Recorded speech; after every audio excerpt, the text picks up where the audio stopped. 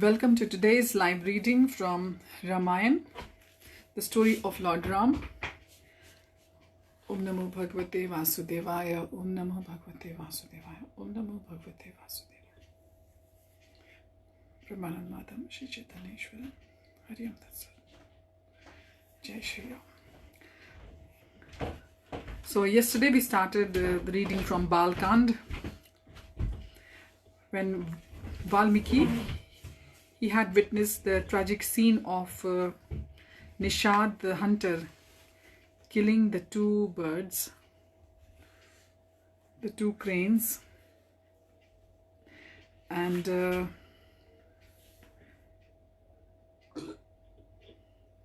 actually the he bird, he was killed, and the she bird, she was left in terror. And thereafter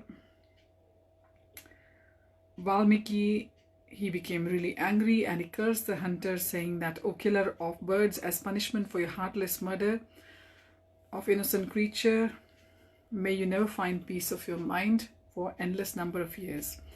Now afterwards, however soon this man was cursed, Valmiki, he felt a pang of shame for becoming a victim of uncontrolled anger. Indeed, as an enlightened soul, he knew that all living beings are acting helplessly under the influence of material nature. Thus, he regretted retaliating against the hunter. At the same time, Valmiki was astonished that the curse he uttered had come from his mouth in a wonderfully poetic meter. Indeed, his curse seemed to hint the predominant emotional expression of the Ramayana, which he had been contemplating since his meeting with Sri Narad. This caused Valmiki to remark to his disciple Bhardwaj, "From my sorrow came a verse of 4 lines, each containing 8 syllables. From shoka, that is the lamentation, has come a wonderful shloka, which is a verse. For without compassion there is no possibility of genuine poetic expression." Thereafter Valmiki bathed in the river Tamasa and returned to his ashram with Bhardwaj. While continuing to meditate upon his curse of the hunter, he suddenly saw Lord Brahma descending from the abode, the topmost planet within the universe. Overwhelmed with wonder and jubilation, the speechless Valmiki stood up to receive the firstborn being of the universe. As we know, Lord Brahma, he is the firstborn of the universe. When Lord Brahma appeared before him, Valmiki offered his respectful obeisances and worshipped Lord Brahma with great awe and reverence. Then Lord Brahma, the universal grandsire, who can understand the hearts of everyone, said, "O blessed sage, please do not grieve by thinking you have wrongly cursed the Nishad hunter. In truth, the words that you appeared to utter in anger were my own. They were spoken through your mouth for the purpose of inspiring you to accomplish a great task. Indeed, the time has come for you to compose the history of Lord Ramchandra's life. Great transcendental pastimes meant for the ultimate welfare of the world. My dear Valmiki, there is no cause for you to be anxious, for by the strength of my benediction, everything that is unknown to you will become clearly revealed within your heart. Thus, by my grace, your narration of the Ramayana will be faultless." So Lord Brahma, he personally blessed Valmiki for the narration of Ramayana. After bestowing this benediction upon Valmiki, Lord Brahma departed for his abode upon his celestial swan carrier, filling all who beheld him with wonder. Valmiki then sat down in meditation to discover all the pastimes of Lord Ramchandra as indicated by Lord Brahma. Absorbed in deep trance, Valmiki clearly envisioned within his heart all the events of Lord Rama's appearance. Valmiki then composed the Ramayana in 24,000 verses. As we know, Srimad Bhagavatam has got 18,000 verses, but Ramayana has got 24,000 verses. After completing the epic poem, he wondered whom he could teach it so that it would remain preserved in memory and propagated all over the world. While Valmiki was thus contemplating, his disciples Love and Kush, who were dressed as rishis, came before him and touched his feet, as was their daily custom. Sita had given birth to the twin brothers while in exile, and they had remained under Valmiki's care ever since. Sita's forced exile had come about when a citizen of Ayodhya doubted her chastity after being touched by the 10-headed monster Ravan. Thus Lord Ramchandra was forced to banish her. Their two sons, Love and Kush, were gifted with the fine memories and musical abilities. Moreover, they were well versed in the Vedas. Physically, the twins were exact replicas of their father, and musically they were as talented as the heavenly Gandharvas. Thus, as Valmiki gazed fondly upon the twins, he realized that they were fully qualified to receive the Ramayana. Thereafter, Valmiki proceeded to teach Love and Kush the entire Ramayana with great care. The twins committed the entire text to memory. Following Valmiki's instructions, they chanted Lord Ramchandra's wonderful pastimes before great sages, learned Brahmanas, and other pious men pure in heart. The learned Brahmanas experienced great transcendental pleasure in reciting the pastimes of Lord Ramchandra. Thus the Brahmanas praised Love and Kush, rewarding them with many valuable gifts. From that day, Love and Kush began traveling all over the world, reciting the epic Ramayana. In the course of their wanderings, they eventually came to Ayodhya. There, Lord Ramchandra saw the two boys wandering through the city streets, dressed in the garb of rishis. Upon hearing the wide acclaim of their expert recitation of his transcendental pastimes, Lord Ram took great pleasure in inviting them to his palace to recite the Ramayana. Still, although they were his sons, he did not recognize them. After respectfully receiving the twin sages, the Lord invited them into his royal assembly. Lord Rama observed that the boys, although dressed as ascetic Brahmanas, had the features of Kshatriyas. Speaking to his brothers Bharat, Lakshman and Shatrughan, Ram said, "O best of King Raghu's dynasty, please listen to this wonderful narration. Although these two singers appear like ascetics, they have the marks of great rulers. Listen to this story because it is full of literary beauty and has universal appeal." As Love and Kush began the narration of the beautiful epic poem, Ram and his brothers soon forgot everything else, becoming fully absorbed in hearing the Ramayana. The bonds of material existence can be completely cut by simply chanting and hearing the Lord's glory. The great tract of land known as Kaushal extended along the banks of the Saryu River.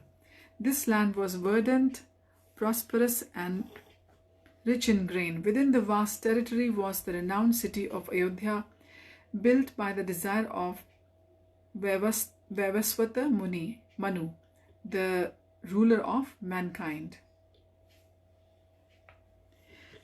This glorious city was 96 miles long and 24 miles wide. It was well laid out, and its beautiful straight roads were perfumed with the scented water sprayed from the trunks of intoxicated elephants.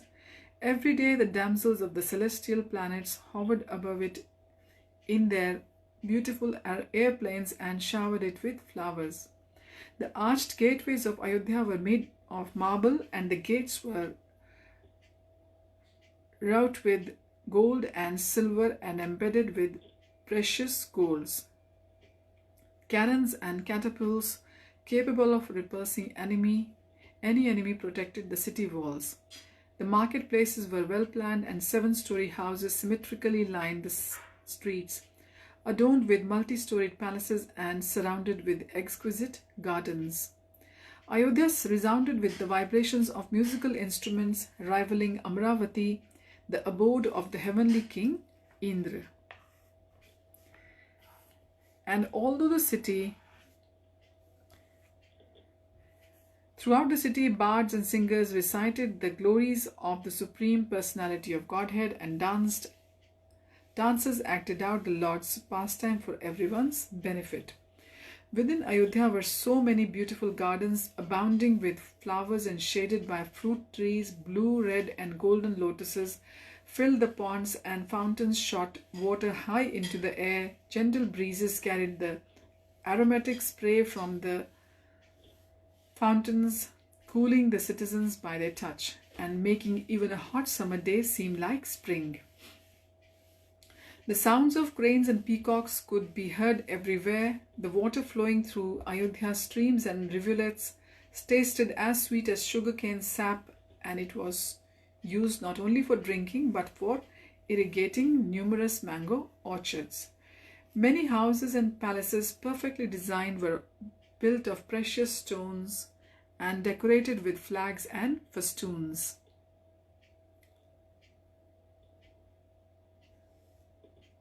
The beauty rivaled the palaces of Vaikuntha. Thousands of warriors protected the great city, skilled archers well versed in the use of weapons, and chariot fighters who were able to fight with thousands of men at a time. The streets leading into Ayodhya were always filled with travelers. Kings and princes from all parts of the world came to render their annual tribute and pay respects to the king of Ayodhya. Traders from near and far flocked to the markets to barter. Brahman priests could often be seen pouring ghee into the sacrificial fires and chanting Vedic hymns, proclaiming the glories of Lord Vishnu. Having mastered their senses and devoted themselves to truth, these Brahmanas were blessed with all good qualities. Maharaj Dashrath was the emperor of the entire world and was a great Raj Rishi, considered almost on the level of a Maharishi. He was a formidable warrior, capable of fighting alone with an unlimited number of opponents because he and his citizens were completely pious. Ayodhya was the picture of perfect Vedic civilization. Every imaginable opulence was exhibited in perfection, and material miseries coming from the results of sinful life were practically non-existent. In Ayodhya, the four social orders, namely the Brahmanas, Kshatriyas, Vaishyas, and Shudras, participated cooperatively for the peace and prosperity of the kingdom. No one cheated and no one was miserly. Arrogance, atheism, and harsh behavior and speech were conspicuous by their absence. Even though Maharaj Dashrath possessed such fantastic opulence and prestige, he remained unhappy. Try as he may, the king was unable to beget a son to continue the dynasty. Finally, after much deliberation, King Dashrath decided to perform a horse sacrifice for the purpose of begetting a son. Within his mind, he sent his chief minister Sumantra to call for his family priest. When the Brahmanas headed by Vasishtha and Vamadev assembled, Maharaj Dashrath addressed them saying, "O best among the twice born, for many years I have ardently desired to beget a son. However, all my efforts have been in vain. Because I am without an heir, I can no longer feign happiness. Indeed, my days seem to be wasted and are filled with grief. Thus, after much careful consideration and with your kind permission, I have decided to perform a horse sacrifice because you are fully knowledgeable in scripture. I am confident that you will be able to lead me on the proper path." Now, Srila Prabhupada, he explains, it's given the footnote of the book, Maharaj has given, that a Vedic sacrifice is not an ordinary performance. The demigods used to participate in such sacrifices, and the animals sacrificed in such performances were reincarnated with new life. In this age of Kali Yuga, there are no powerful Brahmanas who can invite the demigods or give renewed life to the animals. Formerly, the Brahmanas, well conversant in Vedic mantras, could show the potency of the mantras, but in this age, because there are no such Brahmanas, all such sacrifices are forbidden. So these sacrifices were held in Treta Yuga. As we can see, in Kali Yuga, it is not doable and people are not that capable. The priests confidently unanimously approved of Maharaj Dashrath's idea to perform the horse sacrifice, and thereafter the king ordered his ministers to make all necessary arrangements without delay. Sumantra then took Maharaj Dashrath aside to narrate the following story that he had formerly heard from Sanat Kumar, who had spoken in an assembly of great sages. "You will be very interested to hear this story, my dear king," Sumantra said, "because it predicts that in the future you will become the father of 4 glorious sons." So it happened that Sanat Kumar previously related this same story in the Satyuga to the previous millennium.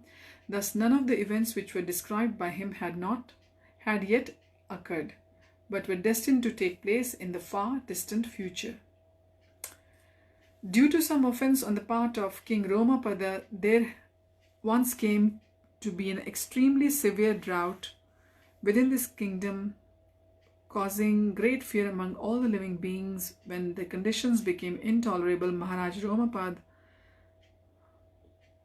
summoned his council of learned Brahmanas and inquired from them the cause of the drought. "I know that it is because of some fault of mine that this terrible drought has now overcome my kingdom. O best of the twice born, because your knowledge is boundless, please prescribe the proper atonement for my past sins." The Brahmanas replied, "O king, there is a great Brahman sage named Mrigi Rishi who is residing in the forest. Mrigi Rishi is the son of Kashyap, and his son is named